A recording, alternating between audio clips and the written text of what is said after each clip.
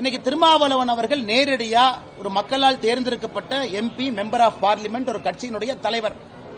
இத்தனை ஆண்டு காலம் தமிழகத்தில் அரசியல் பண்றாரு. அவர் மேடையில சொல்றாரு, பார்த்து முறைச்சா 4 தட்டு தட்டணும் அப்படின்னு. இன்னைக்கு தமிழகத்தில் எப்படி ஆகி போச்சுன்னா, சில அரசியல் கட்சியை சார்ந்தவர்கள், சில தலைவர்கள் மேடையின் மீது ஏறி சும்மா முறைச்சா 4 தட்டு தட்டணும்.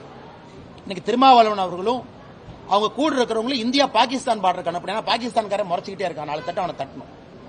அதனால இந்த முறைச்சவன் எல்லாம் தட்டணும்னு ஆரம்பிச்சா தமிழ்நாட்டில் அண்ணன் திருமாவளவர்களுக்கு இடம் இல்லை. இந்தியா பாகிஸ்தான் பார்டருக்கு போய் இந்த பாகிஸ்தான் ஆர்மி முறைச்சானா 2 தட்டு தட்டணும். அங்க வீரத்தை காட்ட மாட்டாங்க. அப்பாவியா யாராவது ஸ்கூட்டர் உங்களை போல என்னை போல இந்த மிடில் கிளாஸ் சொல்லக்கூடியவங்க அவங்க வருவாங்க. கூட்டமா 100 பேர் அண்ணன் திருமாவளவர்களோடு போவாங்க. ஒரு தலைவர்னா அவர் முன்னுதாரணமாக நடந்திருக்கணும்.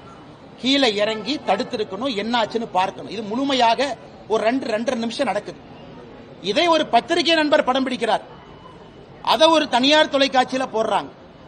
தனியார் தொலைக்காட்சியில போட்ட பிறகு அதை நான் என்னுடைய எக்ஸ் வலைதளத்தில் போடுறேன். உடனே திருமாவளவர்களுக்கு சந்தேகம் வந்துருச்சு, அண்ணாமலை தான் பின்னாடி இருந்து அதை செஞ்சிருக்கிறாங்க.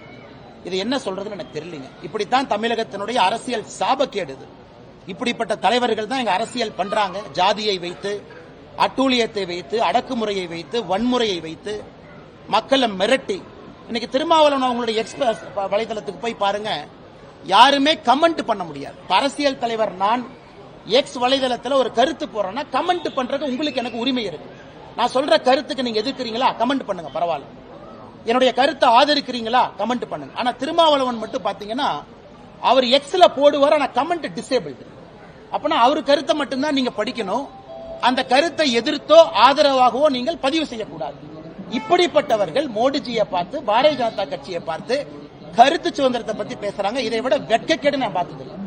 அதுல 2 பேர் வேலை இல்லாதவங்க கமிஷனர் ஆபீஸுக்கு போய் என் மேல புகார் கொடுக்கிற 2 பேர் போறாங்க. உடனே இது RSS சங் பரிவார் பின்னார் இருக்கு. திருமாவளவன் அவர்களுடைய ஃபேவரட் என்னன்னா, தமிழ்நாட்டில் சூரியன் கொஞ்சம் அதிகமா உக்கரமா இருந்துச்சுன்னா RSS இருக்கு, சூரியன் சரியா உதிக்கிறதுக்கு தாமதமாச்சுன்னா RSS இருக்கு, மழை அதிகமா வந்தா RSS இருக்கு, மழை கம்மியா வந்தா RSS இருக்கு. அதனால் திருமாவளவன் அவர்களுடைய அரசியல் இந்த அளவுக்கு கீழ்த்திறந்து ஒரு அரசியலாக மாறி இருக்கிறது நினைக்கும் பொழுது மிகவும் வருத்தமாக இருக்கு. இதை நான் பத்திரிகை நம்பர்ல பார்க்க முடியல 3-4 நாளா. இன்னைக்கு பார்க்கறதுனால இந்த கருத்தையும் பதிவு செய்கின்றேன். அதனால் தமிழக அரசு இதை முழுமையா இன்வெஸ்டிகேட் பண்ணணும். அதுல திருமாவளவன் மீது திட்டமிட்டு தாக்குதல் யார் நடத்தினாங்களான்னு பார்க்கணும். என் பேரையும் சேர்த்து பார்க்கட்டும். அப்படி நடத்தப்படவில்லை என்றால் திருமாவளவன் அவர்கள் அரசியலை விட்டு ஒதுங்கணும்.